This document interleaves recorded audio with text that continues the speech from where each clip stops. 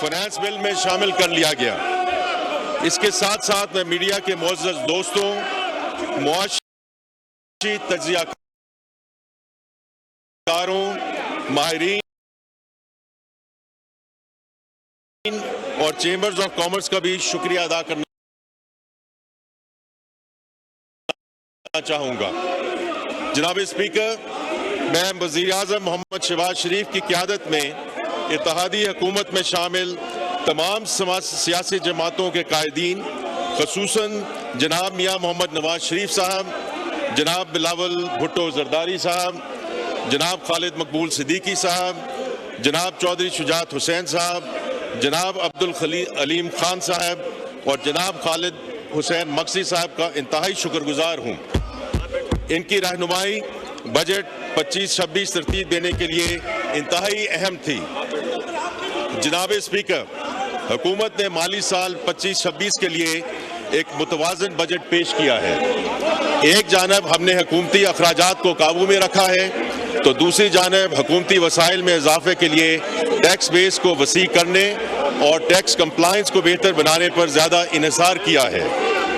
نئے ٹیکسوں میں اضافے کو جی ڈی پی کے صرف 0.25% تک محدود رکھا گیا۔ بہتر ٹیکس کمپلائنس کے لیے ہم نہ صرف ڈیجیٹلائزیشن کو فروغ دے رہے ہیں بلکہ ٹیکس قوانین میں بھی بہتری لا رہے ہیں تاکہ ٹیکس کے دائرہ کار کو بڑھایا جا سکے۔ ہم نے موجودہ وسائل میں رہتے ہوئے تنخواہ دار طبقے پر ٹیکسوں کے بوجھ کو کم کیا ہے۔ کنسٹرکشن انڈسٹری کے لیے آسانیاں پیدا کی ہیں اور ایسی ٹیکس تجاویز دی ہیں جن سے ماحولیاتی آلودگی کے مسائل سے نمٹا جا سکے۔ میرے نزدیک سب سے اہم تجویز ٹیرف ریشنلائزیشن کی ہے۔ درآمدی ڈیوٹیز میں کمی لانے سے کاروباروں کی ان پٹ کاسٹ کم ہوگی جس سے ہماری برآمدات کو بڑھانے میں مدد ملے گی۔ مزید برآں یہ اقدامات اسمگلنگ میں کمی، حکومتی وسائل میں اضافہ اور صنعتوں میں فروغ کا باعث بنیں گے۔ حکومت اس عمل کو مختلف مراحل میں مکمل کرے گی اور دیگر تمام اقدامات کرے گی جس سے اہم ریفارم کو کامیاب بنانے میں مدد مل سکے۔ میں پہلے ہی ذکر کر چکا ہوں کہ ہم کاروباری ماحول میں نمایاں بہتری لا رہے ہیں۔ صنعتی پالیسی کا جلد اعلان کیا جائے گا جبکہ ای وی پالیسی پر مشاورت کا عمل پہلے ہی شروع کیا جا چکا ہے۔ جناب اسپیکر، حکومت نے معیشت کی ترجیحی شعبہ جات کی معاونت اور توانائی اصلاحات کے حوالے سے کئی دور رس نتائج کے حامل اقدامات اٹھائے ہیں جن سے ملک میں جامع اور پائیدار ترقی کی راہ ہموار ہوگی۔ میں چند اقدامات کا خلاصہ معزز ایوان کے سامنے رکھنا چاہتا ہوں۔ سماجی بہبود کے اقدامات میں سب سے اہم بے نظیر انکم سپورٹ پروگرام کے بجٹ میں اضافہ ہے جسے ہم نے 592 روپے سے بڑھا کر 716 ارب روپیہ کر دیا ہے۔ اس اقدام سے تقریباً 1 کروڑ خاندانوں کو مالی امداد فراہم کی جائے گی۔ اس کے ساتھ ساتھ حکومت کی پوری کوشش ہوگی کہ ان خاندانوں کے افراد کو سکلڈ ورکرز بنایا جائے، ان کو اپنی زندگیوں میں بڑی تبدیلی لانے، غربت کے چکر کو توڑنے اور معیشت میں اپنے کردار ادا کرنے کے قابل بنایا جا سکے۔ اس حوالے سے حکومت بے نظیر ہنر مند پروگرام کو مطلوبہ وسائل فراہم کرے گی۔ We will provide all support to this important initiative۔ اسی طرح حکومت برٹش ایشین ٹرسٹ کے اشتراک سے پاکستان کا پہلا سکلز امپیکٹ بانڈ متعارف کروانے جا رہی ہے جو نتائج پر مبنی مالی معاونت کی نئی مثال بنے گا اور نوجوانوں کو مارکیٹ سے ہم آہنگ سکلز فراہم کرے گا۔ حکومت نے زرعی شعبہ کے فروغ اور چھوٹے کسانوں کی معاونت کے لیے بغیر ضمانت اور نقد بنیادوں پر قرضے فراہم کرنے کا فلیگ شپ پروگرام بنایا ہے جس کے تحت 12.5 ایکڑ تک کے چھوٹے کسانوں کو 10 لاکھ روپے تک کے قرضے ڈیجیٹل ذرائع سے دیے جائیں گے۔ اس قرض سے منظور شدہ بیج، کھاد، زرعی ادویات اور ڈیزل کی ادائیگی کی جا سکے گی۔ اس کے علاوہ کسان کو فصل اور زندگی کی بیمہ سہولیات بھی فراہم کی جائیں گی۔ اس کے علاوہ حکومت کسانوں کے لیے الیکٹرانک ویئر ہاؤس رسید کا نظام وضع کرنے جا رہی ہے جس کے تحت اناج کو اسٹور کرنے میں مدد ملے گی، کسانوں کو اپنی فصل کی بہتر قیمت ملے گی اور مجموعی فوڈ سیکیورٹی میں استحکام آئے گا انشاءاللہ۔ حکومت افورڈیبل ہاؤسنگ فنانسنگ کے فروغ اور پہلی بار گھر خریدنے یا تعمیر کرنے کے خواہشمند کم آمدنی والے افراد کے لیے 20 سالہ قرضہ اسکیم متعارف کرانے جا رہی ہے۔ خواتین کی مالی شمولیت کے لیے ویمن انکلوسیو فائنانس پروگرام کے تحت 1,93,000 سے زائد خواتین کو 14 ارب روپے کے قرضے فراہم کیے جا چکے ہیں۔ اگلے مالی سال میں ایشین ڈیولپمنٹ بینک کے تعاون سے خواتین کو تقریباً 14 ارب روپے کے مزید قرضے فراہم کیے جائیں گے۔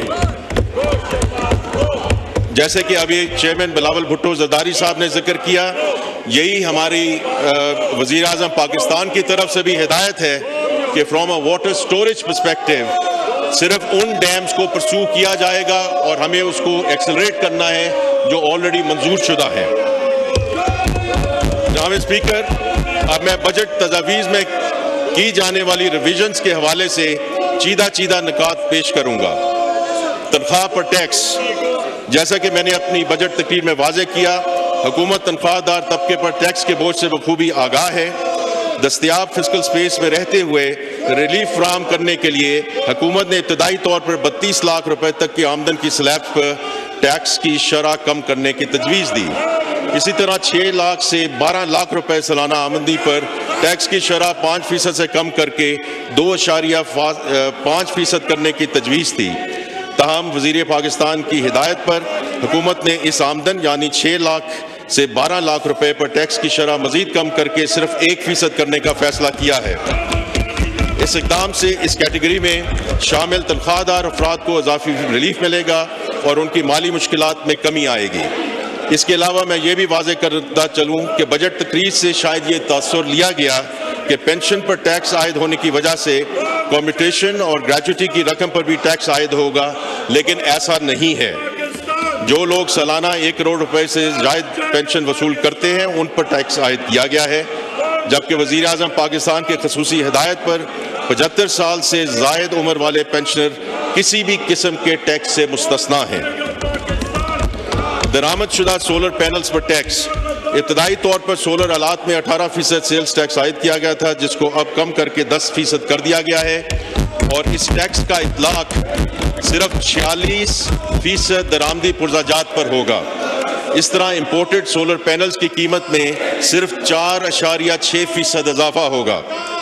ہمیں درآمدی سولر پینلز پر مجوزہ GST کے نفاذ سے قبل ہی بعض انارس کی جانب سے ناجائز منافع خوری اور ذخیرہ اندوزی کی اطلاعات ملی ہیں۔ مذکورہ تجویز کے عملی نفاذ سے قبل ہی ان موقع پرست عناصر کی جانب سے قیمتوں میں خود ساختہ اضافہ کرنا قابل مذمت ہے۔ جیسا کہ میں نے سینٹ میں کہا تھا، میں ان عناصر کو سختی سے وارن کرتا ہوں کہ حکومت عوامی مفاد کے لیے ہر ممکن اقدام کرے گی، کسی کو بھی عوامی استحصال کی اجازت نہیں دی جائے گی، اور ان عناصر کے خلاف قانون کے مطابق سخت ترین کارروائی عمل میں لائی جائے گی۔ جناب اسپیکر، FBR کو حاصل اختیارات، وزیر اعظم پاکستان کی خصوصی ہدایت پر ٹیکس فراڈ کے حوالے سے FBR کے موجودہ اختیارات اور فنانس بل کے ذریعے مجوزہ تبدیلیوں کا ایک مرتبہ پھر بغور جائزہ لیا گیا ہے، جس کے تحت ٹیکس فراڈ کی کوگنیزبل اینڈ نان کوگنیزبل کیٹیگریز بنا دی گئی ہیں۔ اب 5 کروڑ روپے تک کے کیسز میں FBR بغیر عدالتی وارنٹ گرفتاری نہیں کر سکے گا۔ علاوہ ازیں گرفتاری کے لیے مندرجہ ذیل میں سے کسی ایک شرط کا پورا ہونا بھی ضروری ہوگا۔ نمبر 1، 3 بار نوٹسز کے باوجود ملزم جان بوجھ کر انکوائری کا حصہ نہ بنے۔ نمبر 2، راہ فرار اختیار کرنے کی کوشش کرے۔ نمبر 3، ریکارڈ کو ٹیمپر کرے۔ اس کے باوجود گرفتاری کی منظوری کسی ایک افسر کی بجائے FBR کی اعلیٰ سطحی 3 رکنی کمیٹی دے گی، اور گرفتار شدہ افراد کو 24 گھنٹوں میں اسپیشل جج کی عدالت میں پیش کرنا لازم ہوگا۔ اس کے علاوہ یہ امر بھی یقینی بنایا جائے گا کہ اس عمل میں کسی شہری سے کوئی زیادتی نہ ہو اور قانون میں دیے گئے اختیارات کا ناجائز استعمال نہ ہو۔ جناب اسپیکر، یہاں میں یہ بھی واضح کرتا چلوں کہ قومی اسمبلی کی قائمہ کمیٹی برائے خزانہ و محصولات نے اپنی جو سفارشات پیش کی تھیں انہیں بھی مجوزہ ترمیمی فنانس بل میں شامل کیا گیا ہے، جن کا ذکر میں یہاں کرنا چاہوں گا۔ مالیاتی بل میں اس بار ای کامرس پہ ٹیکس لگانے کے خصوصی اقدامات تجویز کیے گئے تھے۔ ان اقدامات کی بنیادی وجہ ریٹیل بزنس اور ای کامرس کے درمیان لیول پلینگ فیلڈ پیدا کرنا تھا۔ تاہم ای کامرس کی معاشی سرگرمیوں میں اہمیت کو دیکھتے ہوئے ای کامرس سرگرمیوں میں شامل مائکرو اور اسمال بزنس کو ایک آسان نظام پر منتقل کیا جا رہا ہے، جہاں ان پر ٹیکسوں میں اضافے کا اطلاق محدود بنیاد پر ہوگا۔ اس اقدام سے ای کامرس میں گھر سے کام کرنے والے اور چھوٹے کاروبار کی سہولت میں اضافہ ہوگا۔ ماضی میں لوگ ظاہر شدہ معاشی وسائل سے بڑھ کر بڑی بڑی جائیدادیں خریدتے تھے۔ مجوزہ فائنانس بل میں انکم ٹیکس آرڈیننس کے سیکشن 114C کے تحت ایسے لوگوں پر بڑی معاشی سرگرمیوں میں حصہ لینے پر پابندیاں عائد کرنے کی تجویز تھی۔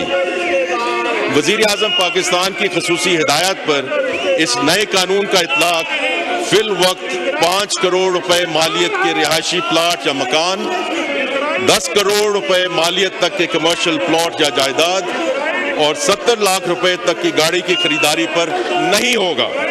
وفاقی حکومت کو مناسب وقت پر ان مالیاتی حدود میں کمی بیشی کرنے کا اختیار دینے کی تجویز ہے۔ اس اقدام سے معیشت کو ڈاکومنٹ کرنے میں مدد ملے گی۔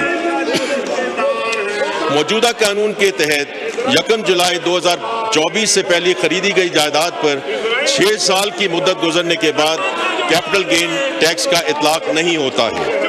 تاہم اس جائیداد کی فروخت پر 4.5 سے 6% تک ود ہولڈنگ ٹیکس لاگو ہوتا ہے۔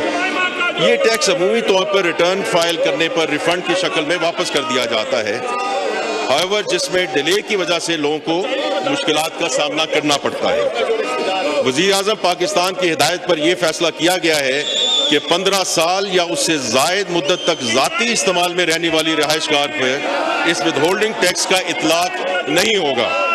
اس سہولت کے بے جا استعمال کو روکنے کے لیے اس سہولت کا اطلاق 15 سال میں صرف ایک ذاتی جائیداد کی فروخت پر ہوگا۔ ملک میں برآمدات میں اضافہ کے لیے چند سالوں سے ایکسپورٹ فیسیلیٹیشن اسکیم متعارف کرائی گئی تھی، جس میں سے ایکسپورٹرز کو بغیر ڈیوٹی اور ٹیکس دینے والے خام مال درآمد کرنے کی اجازت دی گئی تھی۔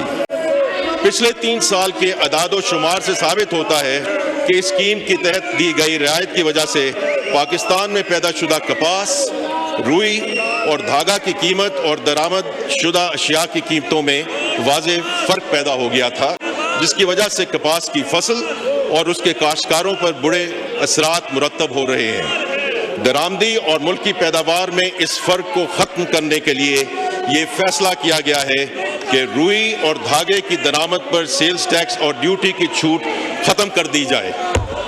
اس اقدام سے کپاس کی پیداوار میں اضافہ ہوگا، اسپننگ ملیں ریوائیو ہوں گی اور غیر ملکی زر مبادلہ کی بچت ہوگی انشاءاللہ۔ جناب اسپیکر، جیسا کہ آپ جانتے ہیں کہ ہم فنڈ پروگرام کے تحت ملک میں مالیاتی نظم و ضبط میں توازن کرنے کی کوشش کر رہے ہیں۔ ان بیان کردہ ٹیکس رعایتوں کے نتیجے میں ٹیکس وسائل میں کمی کو پورا کرنے کے لیے 3 مزید بجٹ تجاویز اس ایوان میں پیش کی جا رہی ہیں۔ ان اقدامات میں یہ خیال رکھا گیا ہے کہ صنعتی اور کاروباری طبقہ کے اوپر مزید بوجھ نہ ڈالا جائے۔ کوشش ہے کہ یہ نئے ٹیکس اقدامات صاحب حیثیت افراد پر عائد کیے جائیں۔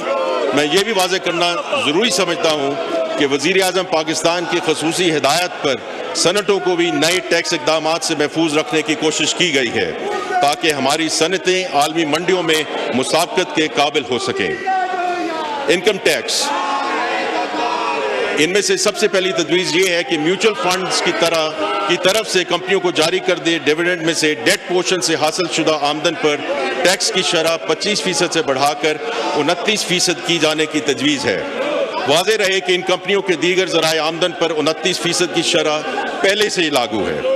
نمبر 2، کارپوریشنز اور کمپنیوں کی طرف سے گورنمنٹ سیکیورٹیز میں کی گئی سرمایہ کاری پر ہونے والی منافع پر ٹیکس کی شرح 20% کرنے کی تجویز ہے۔ میں یہاں یہ بات واضح کر دوں کہ حکومت کی ایک ترجیح یہ بھی ہے کہ نجی کاروبار کو زیادہ سے زیادہ قرض مل سکے۔ فیڈرل ایکسائز ڈیوٹی، پولٹری کی صنعت میں اربوں روپے کی سرمایہ کاری ہو رہی ہے اور اس صنعت میں چوزوں کی ہیچری کا کاروبار ایک اہم جزو کی حیثیت رکھتا ہے، لیکن اس سے وصول ہونے والا ٹیکس نہ ہونے کے برابر ہے